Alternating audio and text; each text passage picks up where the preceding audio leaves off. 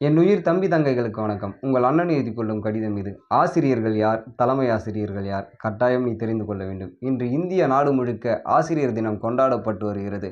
நம் நாட்டின் முதல் துணை குடியரசுத் தலைவரும் ஆசிரியருமான சர்வப்பள்ளி டாக்டர் ராதாகிருஷ்ணன் அவர் பிறந்த செப்டம்பர் 5 இந்த நாளையே நம் ஆசிரியர் தினமாக கொண்டாடி வருகிறோம். இந்த நாளில் இன்னும் சில ஆசிரியர்கள் இருக்கிறார்கள். அவர்களை பற்றி முதலில் தெரிந்து கொள். இந்தியாவின் முதல் பெண் ஆசிரியர், புரட்சியாளர், போராளி, சமூக சீர்திருத்தவாதி, கவிஞர், ஆசிரியர் சாவித்ரிபாய் பூலே அவர்கள் 1831ஆம் ஆண்டு ஜனவரி 3ஆம் தேதி பிறந்தார். இந்திய அரசாங்கம் உண்மையிலே சாவித்ரிபாய் பிறந்த ஜனவரி 3 இந்த நாளை தான் ஆசிரியர் தினமாக அறிவித்திருக்க வேண்டும். பெண்கள் கல்வி கற்க வேண்டும் என்பதற்காக பல பள்ளிகளை இவர் திறந்திருக்கிறார். பெண்கள் அனைவரும் படிக்க வேண்டும், கல்வி கற்று முன்னேற வேண்டும் என்று இந்தியா சுதந்திரம் அடைவதற்கு 100 ஆண்டுகளுக்கு முன்பே குரல் கொடுத்தவர் தான் சாவித்ரிபாய் பூலே. இந்திய மண்ணின் மாபெரும் தலைவி அவர். அவர் இந்த அளவிற்கு உயர்வதற்கும், கல்வி கற்பதற்கும், சமூகத்தை பற்றி புரிந்து கொள்வதற்கும் அவருக்கு கல்வி கற்றுக் கொடுத்தவர் அவரின் கணவர். அவர் பெயர்தான் மகாத்மா ஜோதிராவ் பூலே. அவர் உண்மையிலே மகாத்மா என்று சொல்லிக் கொள்வதற்கு தகுதியானவர்தான். ஜனவரி 3 ஜோதிராவ் பூலே பிறந்த அந்த நாளையும் இந்த நாளையும் நீ ஆசிரியர் தினமாக கொண்டாட வேண்டும்.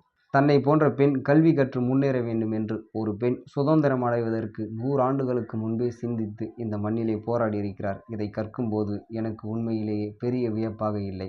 காரணம், இவற்றை விட வியப்பிற்கும் வியப்பு இன்னொன்று இருக்கிறது. அதுதான் எல்லாவற்றையும் விட வியப்பு, இந்த உலகம் கொண்டாடப்பட வேண்டிய, கொண்டாடி கொண்டிருக்கிற ஒரு பெண் ஆசிரியர். அவர்தான் அறிவு மூதாட்டி ஔவையார். கடற்கரையில் இருக்கும் கலங்கரை விளக்கமாவது இருளில் சிக்கிக் கொண்டு கரையேற முடியாமல் வழி தெரியாமல் திக்கி திணறுபவர்களுக்கு உதவியாக இருப்பது கலங்கரை விளக்கம். அதுபோல் இந்த பூமியில் எத்தனையோ உயிர்கள் இருக்கிறது. அறியாமை இருளில் மூழ்கி மாட்டிக்கொண்டு பகுத்தறிவை சிந்திக்க முடியாமல் பலர் கஷ்டப்படுகிறார்கள்.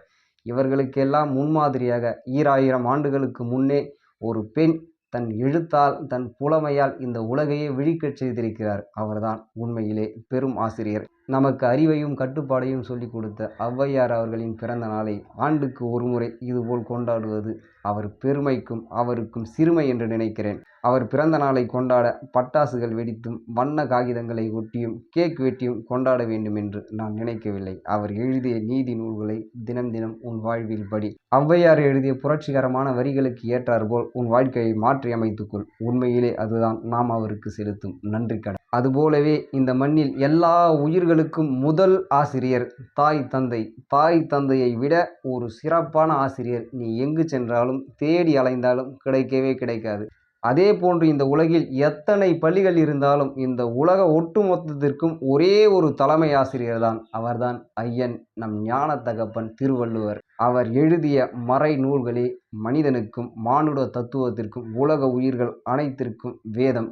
நீ தெரிந்து கொள்ள வேண்டிய இன்னொரு உண்மையும் இருக்கிறது. அது என்னவென்றால், நம் நாட்டில் கல்விக்கான கடவுள்கள், இப்படி இறைவனாக மதிக்கப்படக்கூடிய அனைத்து கடவுளுமே கோவில்களிலும் கோட்டைகளிலும் மிக சிறப்பாக செல்வ வளங்களோடு வாழ்ந்து கொண்டிருக்கிறார். ஆனால் இந்த மண்ணிலே ஏழை பாழை மக்களுக்கு இன்னும் கல்வி அறிவை கற்றுக் கொடுத்து கொண்டிருக்கிற எத்தனையோ ஆசிரியர்கள் வறுமையிலும் பசியிலும் 3 வேளைக்கே சரியான வழி இல்லாமல் இந்த மண்ணில் இன்னும் பிச்சைக்காரர்களாகவே வாழ்ந்து கொண்டிருக்கிறார்கள் என்பதே உண்மை.